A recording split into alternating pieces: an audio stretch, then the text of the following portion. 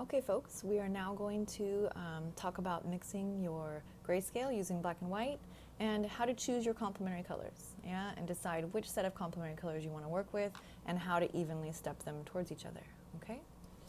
So back to our clean water, our rinse, and our mixing, dirty and clean. And let's start with the grayscale.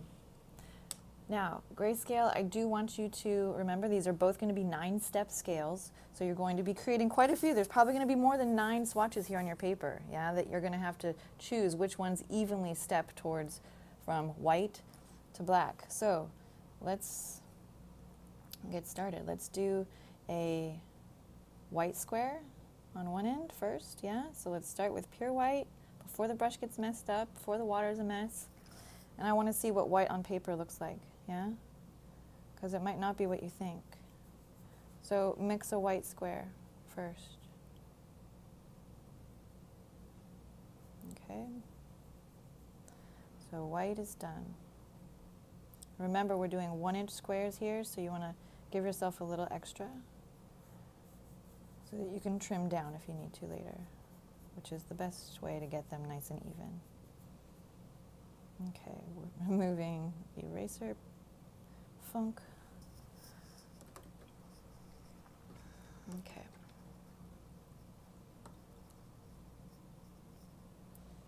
And now I want to take my pure black and do the same thing. I'm going to put black over here on this end.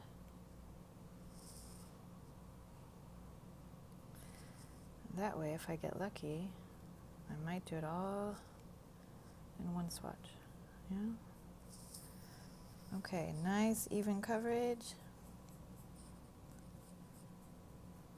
Good. With none of the white of the paper showing through. Okay.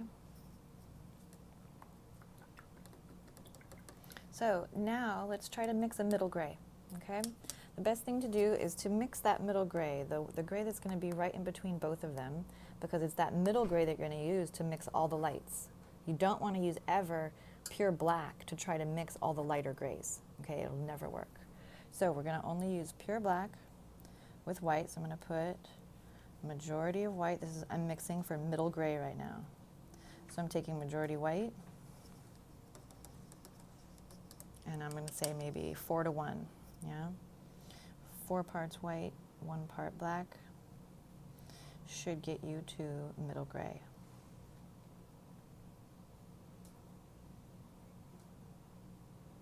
Nice, okay.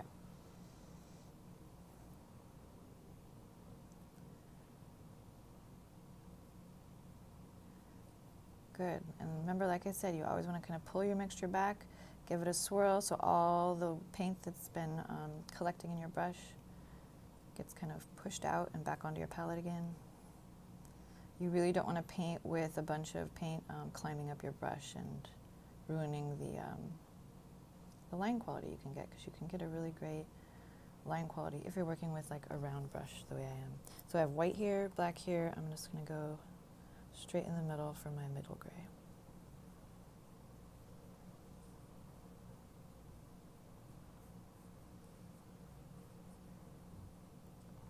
Perfect. Okay. Nice coverage and none of the white of the paper showing through. Great. Okay, so now from there I want to talk about how to mix. So now I have 3, so I need to fit in. If I'm going to be doing 9 total, I need to fit in 1, 2, 3 more here and 1, 2, 3 more there, right? Okay, so knowing that I need to fit in 3 here and 3 there is going to hopefully help me evenly pace my steps. That's our whole goal here, is so that each of these squares is an even step towards the next. You don't want to have too big of a jump in value at any of them.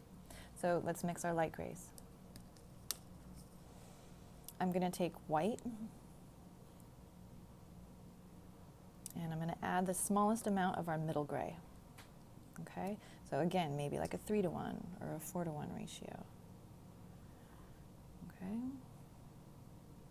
and this is how we will get those lighter values. Again, you can't get these light values if you start with black as a parent color. It will not work. You want to start with these two as your parent color as you're moving towards gray. And then you also might want to use these two as your parent colors as you're moving towards darker gray. Okay, so knowing how to get to middle gray is important. You'll probably be doing it a couple of times as you mix these scales. Great, so this one might be perfect for being right next to the white. So let's put that there.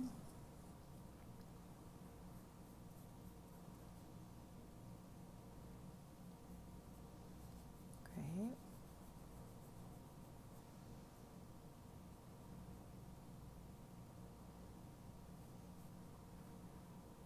And it's okay if these don't end up being all lined up. You're going to be cutting these out and putting them back together, right? So if this doesn't work out well, if my pacing doesn't work, I'll be able to easily just use another row, go down below, keep going. So I'm going to take this and continually add to it, yeah, as we step closer to our parent. One more.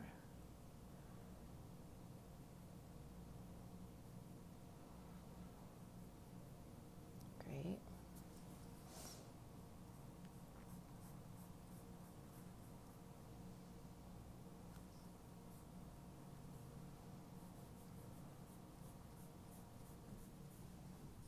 Okay, good, good, good.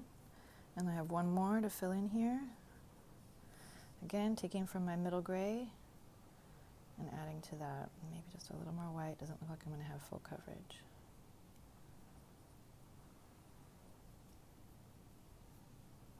Great.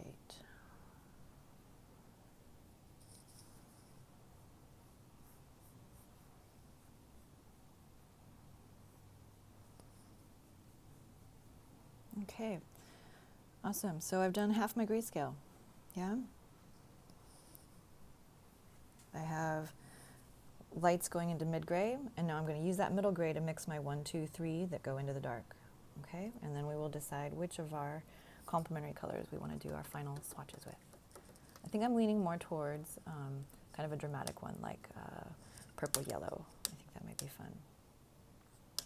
Okay. So now I'm going to take my middle gray and just slowly start to add a little bit of black to it. Again, middle gray out here.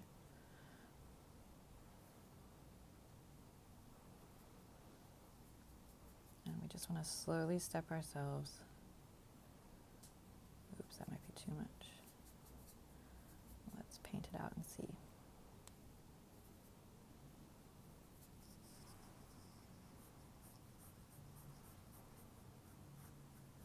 That might be a big jump in value. We'll see. Yeah, it looks like it is. Okay, so I know that this is good though, because now y'all can see how this works. You see how there's a big jump here? I think another value could fit in here, so I'll do it down here. This one might be best as second, and then one more closer to dark. So let's give that a go, see how it works. Okay, you're always gonna need more white, yeah. White is a very vulnerable color, is the most, most easily influenced. Okay, so from that value, I know it was a little dark if I'm looking here, so adding lighter values to it is going to fix that. So I'm going to bring what we had over to here. May as well. Adding a little bit of dark. There we go. That might get us closer to that next step.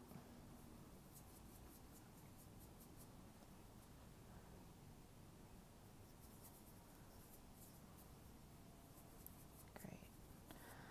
Okay, so I think this is more. Again, it's getting pretty close. And sometimes you will see the best shade once it's next to its neighboring value. That's because value is relative. We only understand it when it's in relationship to other things. Okay, I'm going to go 2 more swatches. I'm going to mix up some middle gray again though.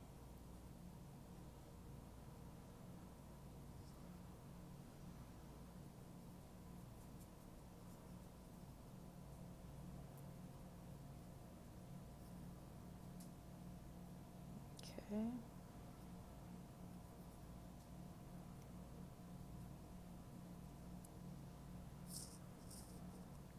Good, so that looks like a slightly dark middle gray. I'm gonna keep going with this.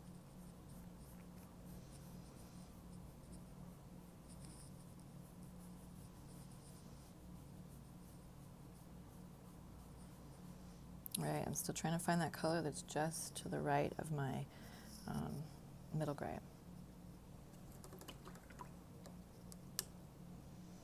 And I'm gonna mix one more too. That I have two more that go here, or one more that goes here, and then one more that I'm mixing there. So since this is already dark, I'm going to take a little bit of it out, bring it over here. I'm gonna try to lighten that amount.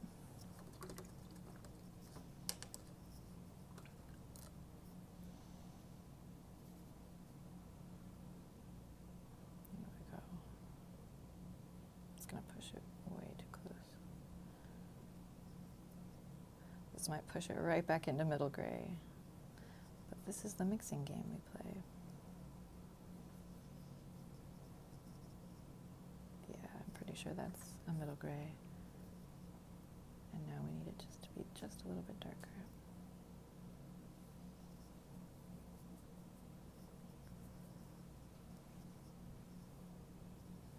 We know we want this to be much darker.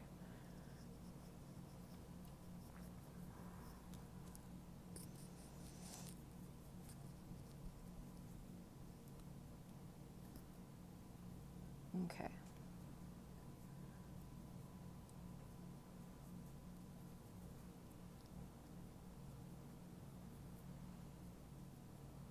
Good, so I think this hopefully, they all look the same. Or mix the same gray 4 times. It's so fun. It's almost getting there. Yeah, I think actually this last one I just did is probably the best that will be in the next step from there.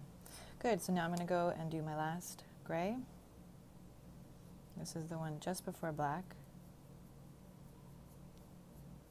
And then we'll talk about mixing your complementary colors, okay? As you can see, this is all about exploration, right? You're going to make mistakes. You're going to have to adapt, bounce back. This is why we have plenty of paper, plenty of paint. I think I'm going to need a little more black.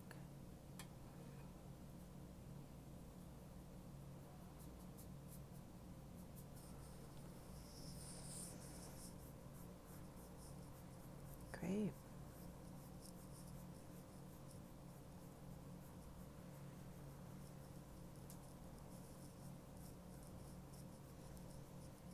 Good, so I have my darkest grays, my middle gray, and I think I'm still mixing for this one that's in between these two. I don't know that that's going to do it. So I'm going to do one more mixture and see if I can get it there. I'll pull some of this.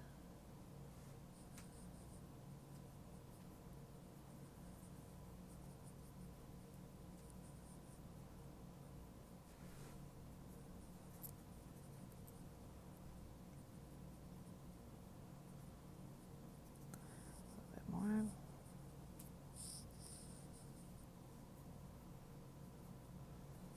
Good, and you're going to find that you might have this exact same situation, but just with a different part of the grayscale. There might just be one color that you just can't seem to get the right value increase or decrease with, but stick with it. Okay, remember we're going for the one that's in between these two. So I'm going to put it down in here. Yeah, that might be it.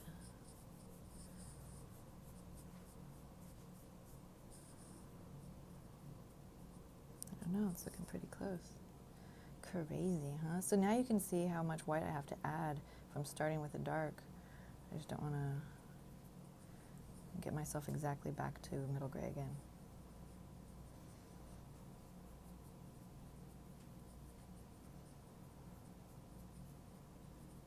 Okay, let's see.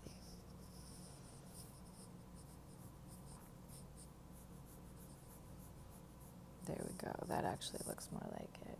This would fit right between those two. Perfect. Okay, I finally hit it. How many attempts? 1, 2, 3, 4, 5. All right. 5th time's the charm. 6th time's the charm. Okay, so complementary colors. I've decided I'm going to go with purple yellow because it's one of the most dramatic. So we're going to paint those 2 parent colors first. Remember, always starting with the lighter value. So I have a nice clean brush, right? I'm going to go into my white. And that's the first step in my 9-step scale, is pure yellow. You show me the parent colors first. So I have perfect yellow,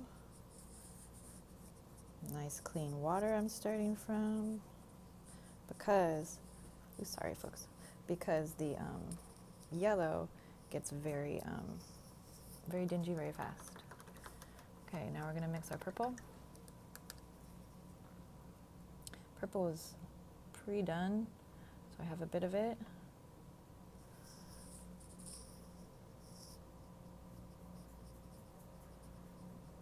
And you want to make sure you have quite a bit of purple because you're going to need it to mix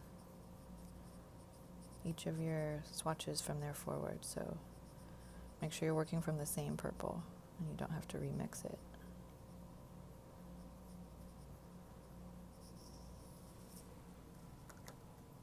Okay, so now I want to take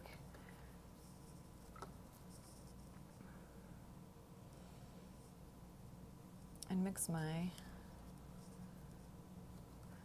colors that are halfway. Yeah, I want to try to get that halfway swatch first, and then we'll again do the same thing. We'll mix towards the yellow this way, and we'll mix towards the purple from that halfway point. Okay, that's the best way to approach this, is trying to get that midpoint first and then work in either direction. Okay. So if we're going for halfway between, I'm going to take a pretty small amount. Again, yellow's super vulnerable, so we don't want to take a ton of it. This is quite a bit of purple. Just going to lay it down there. Clear my brush. And let's see. I had a lot of purple in my brush. That would have really pushed it in the wrong direction. Oh, fun. All right, so you see what happens here? Purple and yellow turns into a really fun kind of dirty green, and I love it. I would say this is probably not exactly halfway. We want to go a little bit more, but this is one of the swatches that would be probably around here. Not quite the one right next to it, but about here.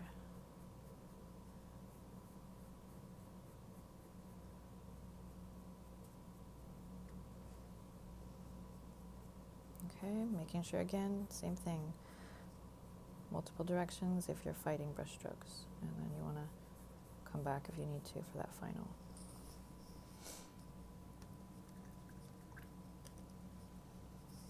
Good, so taking our parent color and just adding some of the neighboring color to it will give us those softer, subtler value shifts.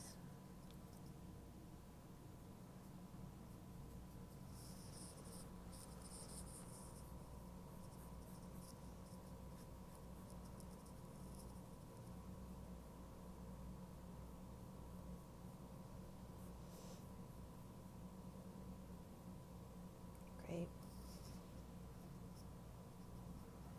Come back and hit this with a second coat.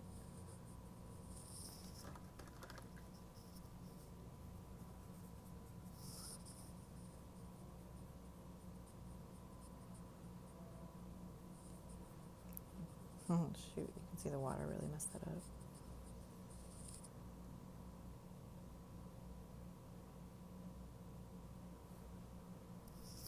Okay, so with my purple parent color, I'm going to take that over here.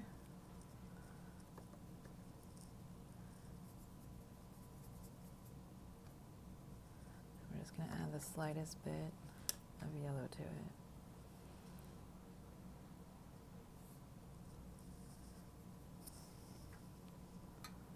You can see that it gets really gray right away. Ooh, way too much water. I was trying to push my purple because I didn't have a ton of it. Yeah. Oh, this is good though. All right, folks, so this is what it looks like when you have way too much water on your brush.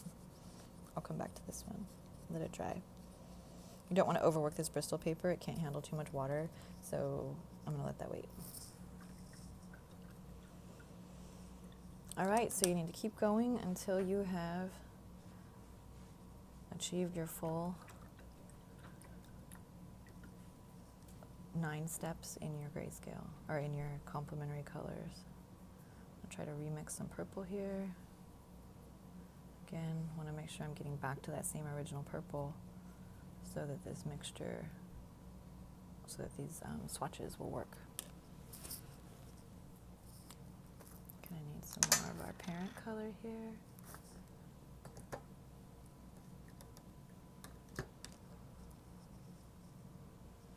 Okay, blue, magenta, ooh, big old booger. Look at that, no good. That came straight from the tube too. That means it's kind of not well mixed. That's a bummer. Okay, so purple is coming. There we go. Okay, and always kind of trying to get everything out of the barrel of the brushes so that you're not accidentally painting streaks of paint into your swatches. Okay, this purple feels a little blue, so I'm going to keep adding red to it until it's true purple.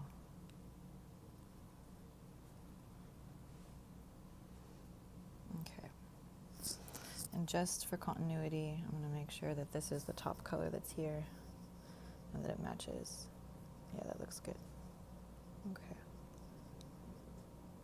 Good, so now I have plenty of purple, and I'm going to continue with my steps. Okay, let's take this up here.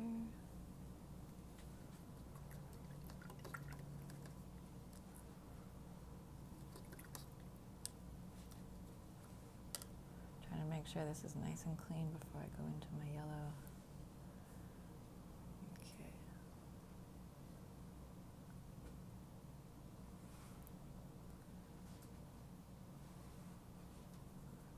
Oh, it's so great. So what's nice about this, how great you can see that that green kind of shows up, is that the parent colors start to show when you start to mix these complementary colors. You start to see the yellows, the greens are coming from the blue that's in it, or purple. I don't know that that's quite dry, but we'll give it a go. Ooh, nice. Good, good, good. That's more like it. It instantly turns into almost a deep, deep green. Perfect. Okay, now I'm going to use that to kind of keep going and mix closer to yellow, adding a little bit of yellow each time. A little bit more here.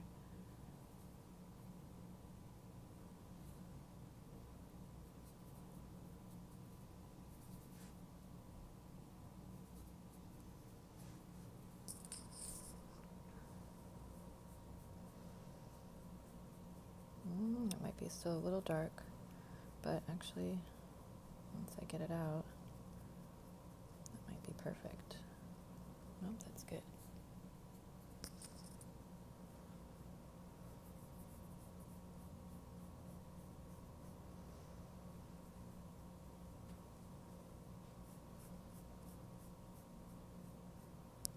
Okay. Oops. I went straight to the clean water and I messed it up. Bummer.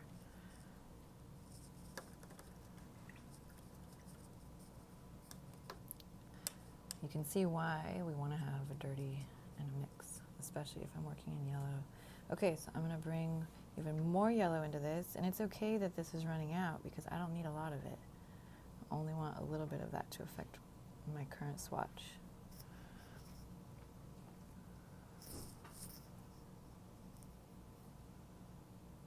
I have 3 swatches to mix still, and I'm not quite to medium. I believe this might hit it.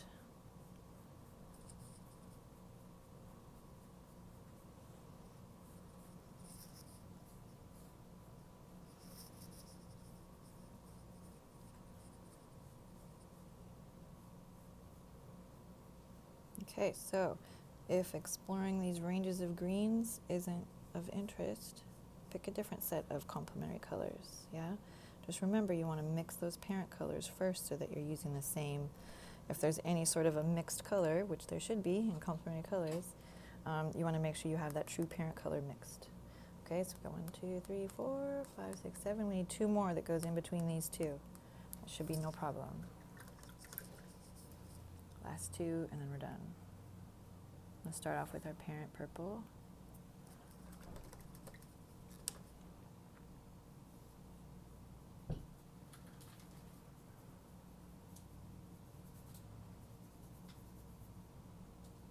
Nice. That's looking like a nice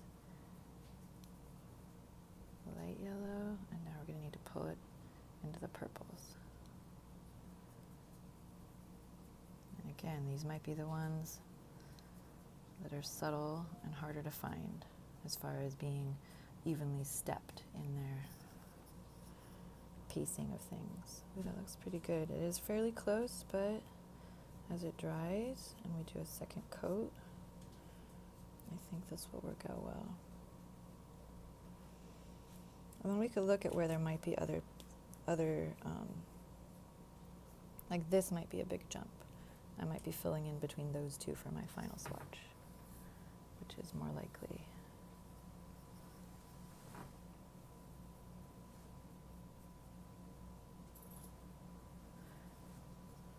All right, let's go over this one more time.